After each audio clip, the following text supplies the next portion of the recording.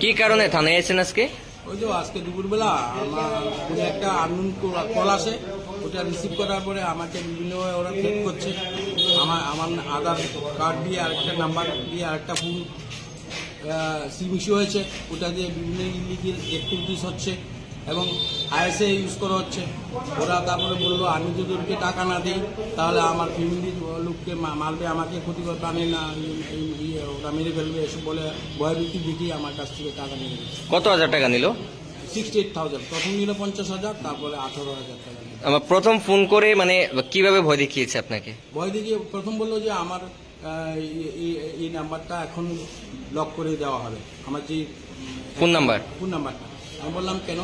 তখন বললো আমার আরেকটা সিম আছে যেটা থেকে মুম্বাইয়ে আন্ধেরি পুলিশ স্টেশনে আমার বিরুদ্ধে একটা এফআইআর হয়েছে যে আমি ওই ফোন থেকে বিভিন্ন নাশকতামূলক কার্যকলাপ করা হচ্ছে, এটা বলে শুরু করে দিল। তারপরে ইডি, তারপরে সিবিআই, এসব বিভিন্ন ওর পেপার্স দিলে 1 by 1 আমার বিভিন্ন পেপার্স দেখালো, আমাকে সাবমিট করছে হোয়াটসঅ্যাপের মাধ্যমে, ভিডিও কলের মাধ্যমে। ওরা পুলিশ অফিসার একজন ছিল, এমন দেখিয়েছে, এমন করে করে লাস্টে ও বললো যে আমাকে টাকা দিতে হবে, নয়তো ওরা আমার অনেক ক্ষতি করে বলছে। আপনার নাম? মানে সুব্রত রায়। কি করেন আপনি?